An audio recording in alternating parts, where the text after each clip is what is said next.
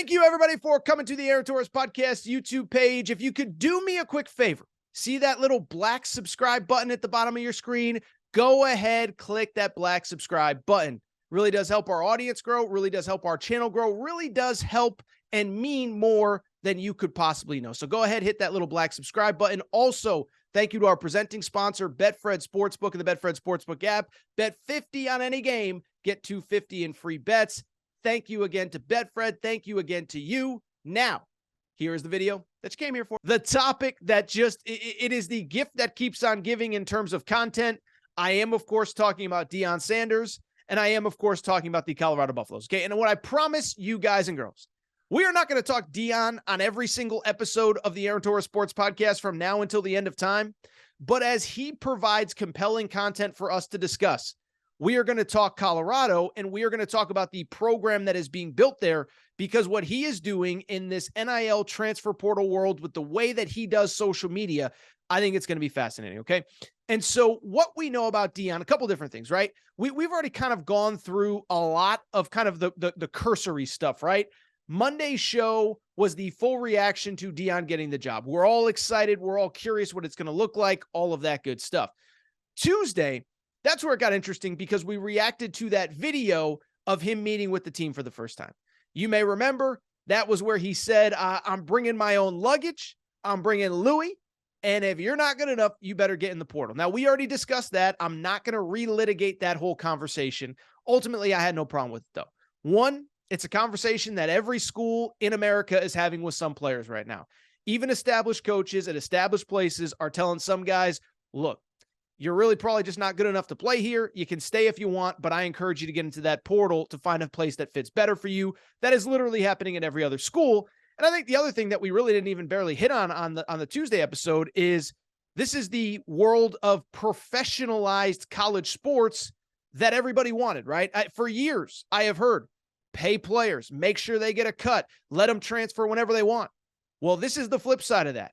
The flip side of we're going to pay you and we're going to let you leave whenever you want is that if you don't perform, we're going to boot you to the curb. And so this is what everybody wanted.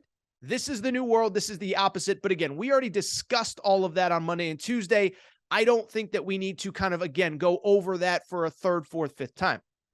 Instead, what I want to do is really focus on what has happened since we recorded Tuesday's episode of the Aaron Torres pod, because I do think there have been some really interesting developments at Colorado in terms of the coaching staff, in terms of recruiting, and in terms of what the team could look like once they take the field next year, right? Monday and Tuesday is the reaction to the hiring itself.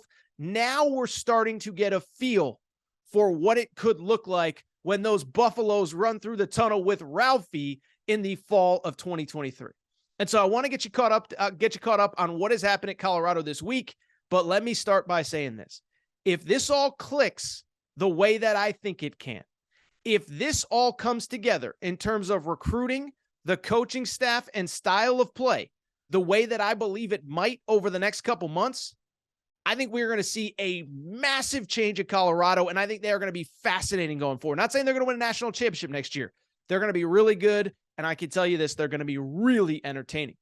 And so what has happened since we last recorded? You're probably sitting there wondering. Well, a couple things. First of all, and this was a major coup. It really broke, I think, late Monday into Tuesday as the episode was publishing on Tuesday. Deion has his offensive coordinator, and it is a very interesting hire as Sean Lewis. He was the head coach at Kent State. Remember, Kent State had a brutal schedule this year. They played at Georgia, at Oklahoma, at Washington early in the season. Well, that guy is now leaving a sitting head coaching job to come be Deion Sanders' offensive coordinator at Colorado. Why is that interesting? It's because Kent State, one of the most dynamic offenses in college football over the last couple years. This guy comes from kind of that Baylor Art Briles coaching tree, tempo, speed, athleticism in space. And 2 seasons ago in the 2020 COVID season, Kent State averaged almost 50 points per game, as in 5-0, as in David Robinson, the Admiral. I'm not talking about 1-5 Tim Tebow. I'm talking about 5-0 David Robinson. 50 points per game, 33 in 2021. This year they dealt with some injuries, and they obviously played a brutal schedule. But this offense is going to be fun. and this offense is going to be explosive, especially if Deion brings in the dudes that I think he's about to. Now, the question is, who are those dudes? Well, first of all, we already kind of know some of the specifics about what Deion's first roster is going to look like. I think we know who his quarterback's going to be because he said at his opening press conference, there's your quarterback right there. That's Deion Sanders. That is his son. That is the kid who played for him at Jackson State. And we've talked about it quite a bit on this show. But the bottom line is, look, Deion Sanders, I'll say this. I don't claim to be an NFL draft expert, but NFL draft people were saying even before Deion Sanders took this job that Shedeur is an NFL draft prospect.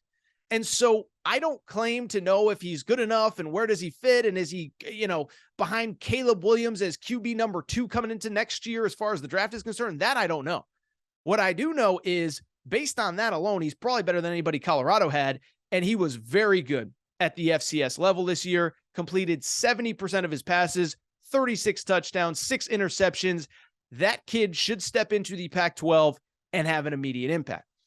I think what we also kind of know at this point, although it's not totally official for obvious reasons, I think it's pretty clear that Travis Hunter, the number 1 high school player in America, is coming with Deion to Colorado. Now, as I recorded the Monday reaction show, I think this was very much up in the air. But after that video of Travis Hunter, I think a lot of you have probably seen it, but there was kind of a viral video of Travis Hunter reacting to the viral video of Deion Sanders talking to his players for the first time. The meeting where he said, I'm bringing my own luggage, I'm bringing Louis. Well, there's a video of Travis Hunter, right? So it's kind of meta.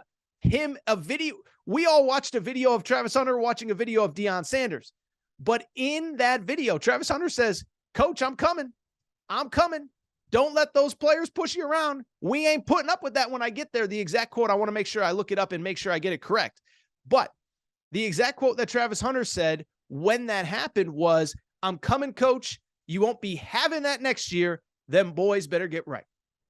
That does not sound like a kid that is going to enter the portal and kind of weigh his options. That sounds like a kid that's ready to join Deion Sanders at Colorado and ready to lead that locker room. Travis Hunter, obviously a shutdown corner. Travis Hunter also, it's worth noting, got a few touches on offense this year at Jackson State. And so I want to get to everything else Deion has done in recruiting over the course of this week. But at the very least, just think about what I just said. If at the minimum, Deion Sanders brings with him Deion Sanders and Travis Hunter, he just brought an NFL caliber quarterback to Colorado. And he just brought a future potential first-round NFL corner to Colorado as well. I can tell you this, within about the snap of a finger, Deion Sanders just added the best offensive prospect on Colorado's roster and the best defensive prospect as well. That's assuming Travis Hunter comes, which I think he will. The thing is, though, Deion Sanders ain't done, baby. First of all, they've already gotten 2 commitments since Deion took over. One was a kid named Jordan Hall, 6'8" offensive tackle, who was actually committed to Deion at Jackson State. Again, not a recruiting guru. The story on him is that he's a little bit of a developmental prospect, but basically he didn't really play football in high school until late in his career.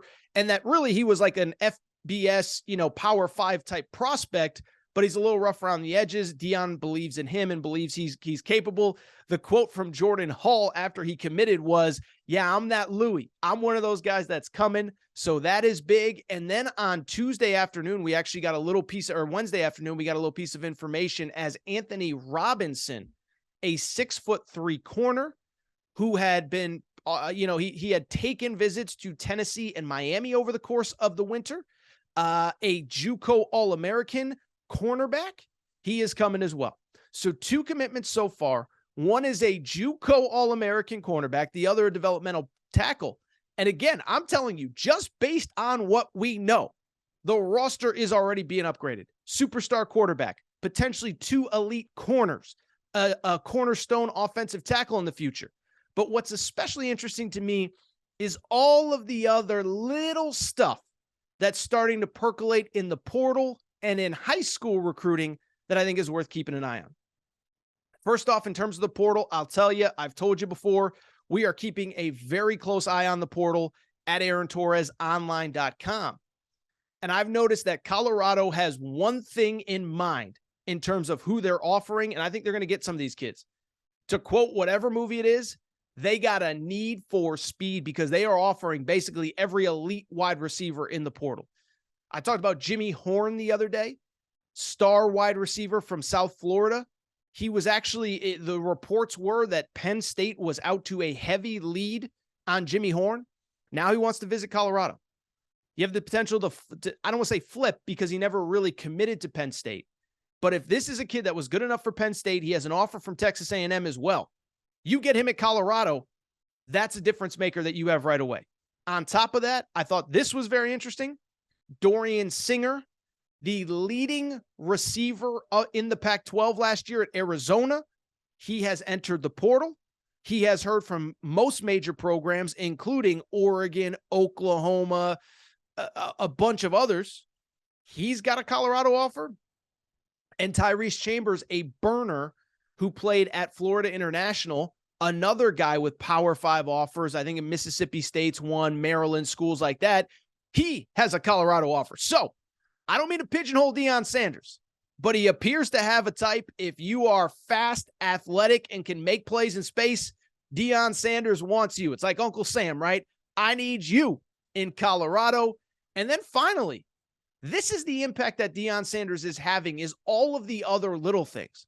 One, I saw that Trey Sanders, a transfer from Alabama, a running back that played at Alabama, no relation to Deion Sanders, literally tweeted out, "Unc, come get me." In other words, Uncle Deion, Uncle Sanders, come get me. I want to come play for you. Now, is he literally going to play for him? We don't know.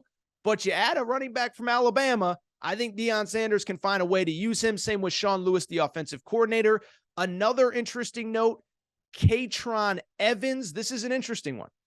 He committed to Jackson State 2 years ago. At the time, he was the highest rated player to ever commit to Jackson State. Now, he was eventually surpassed by Travis Hunter. He is in the portal, and the rumblings are that he will go to Colorado. Did not play a huge role this past season at Jackson State, but was really good as a true freshman 2 years ago. And then this is interesting. Remember, it was right around this time last year that Deion Sanders flipped Travis Hunter, the high school superstar from Florida State, to Jackson State. There's starting to be some rumblings. Now, I'm not saying anything's going to happen. Don't quote me on this. I'm just telling you what's happening behind the scenes. Caden Proctor, remember that name. He is the #1 offensive tackle in high school football. He's from Iowa. Over the summer, committed to Iowa over Alabama. Well, there are some rumblings, just some rumblings, that maybe Caden Proctor would be a flip candidate at Colorado. Now, Colorado, he did tweet out the other day, has offered him. Doesn't necessarily mean anything. A lot of kids get offered a lot of scholarships. But what's interesting is if you follow the Colorado coaching staff, there's little things about on the road, got to go find us this, got to go find us that. And there's been a few rumblings about Caden Proctor. And I think more importantly, this feels like a kid that is flippable, right?